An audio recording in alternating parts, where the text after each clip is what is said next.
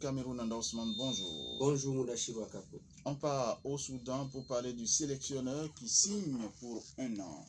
C'est officiel, Hubert Velud a signé son contrat. Le technicien français a paraphé un contrat d'1 an avec le Soudan. Ses objectifs sont notamment de qualifier les crocodiles pour la Coupe d'Afrique des Nations 2021 et également de faire bonne figuration dans les éliminatoires de la Coupe du Monde 2022. Après sa première expérience de sélectionneur avec le Togo, les éperviers donc, qui a tourné court avec l'attaque de Cabinda, Velud a fait beaucoup de clubs sur le continent africain. Première mission dès le mois prochain en éliminatoire de la Coupe d'Afrique des Nations 2021 contre le Ghana en double confrontation. Et Coupe CAF, vous avez les affiches des quarts de finale. La Confédération africaine de football CAF procédait ce mercredi au tirage au sort des quarts de finale de la Coupe de la Confédération. Finalistes malheureux de la saison dernière, les Marocains de la Renaissance de Berkane devront se frotter à une autre équipe d'Afrique du Nord, les Égyptiens d'Al-Masri. Considérés comme l'un des groupes ou des grands favoris, les Guinéens d'Oroya de Conakry vont quant à eux en découdre avec les Nigériens de Nimba. À suivre aussi l'affiche entre les Égyptiens du FC Pyramide et les Zambiens de Zanaco et le duel qui s'annonce très ouvert entre Al Nasr et Hassania Agadir. Match aller le 1er mars et le match retour le 8 mars prochain. Le programme des quarts de finale, Zanaco de la Zambie contre Pyramide de l'Égypte, Al Nasr de la Libye contre Hassania Agadir du Maroc, Al Masri de l'Égypte contre la Renaissance sportive de Berkane du Maroc et puis Enyemba de Jean-Marie Guerra, l'international béninois qui sera face au regard de Conakry de la Guinée. Et de l'autre côté de la Ligue des champions de la CAF, on parle également des affiches des quarts de finale. Double tenante du titre, l'Espérance de Tunis hérite du Zamalek dans ce qui sera un remake de la Super Coupe de la CAF qui aura lieu le 14 février. Autant dire que les deux clubs ne vont plus se séparer. De son côté, le tout-puissant Mazembe en découdra avec le Raja Athletic Club de Casablanca, de retour à ce niveau après plusieurs années d'absence et qui semble encore un peu tendre pour les Corbeaux de Lubumbashi, club le plus titré dans l'épreuve 8 sacres. À la Ligue du Caire retrouve Mamelodi Sundowns qui l'avait éliminé à ce stade de la compétition la saison passée.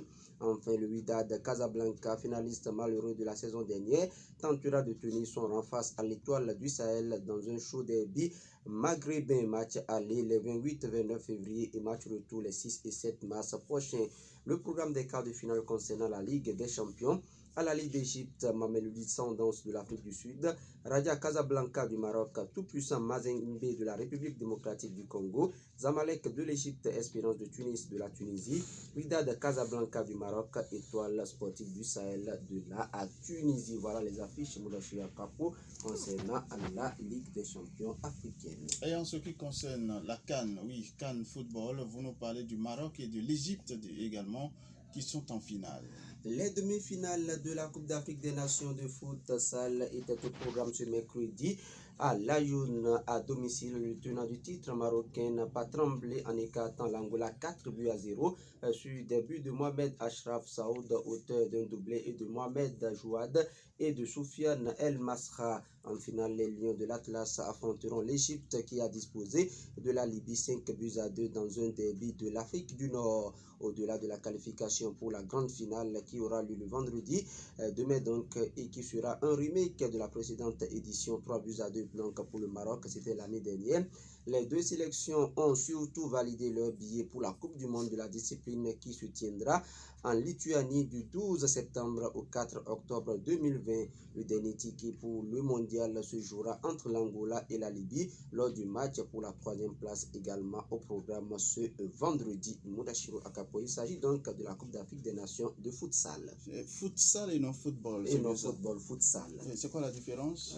Le football, ça se joue sur un terrain ouvert, sur un grand terrain réglementaire. Le futsal, ça se joue dans un terrain, dans une chambre pratiquement. On parle de salle sur un terrain qui ressemble à un terrain de handball.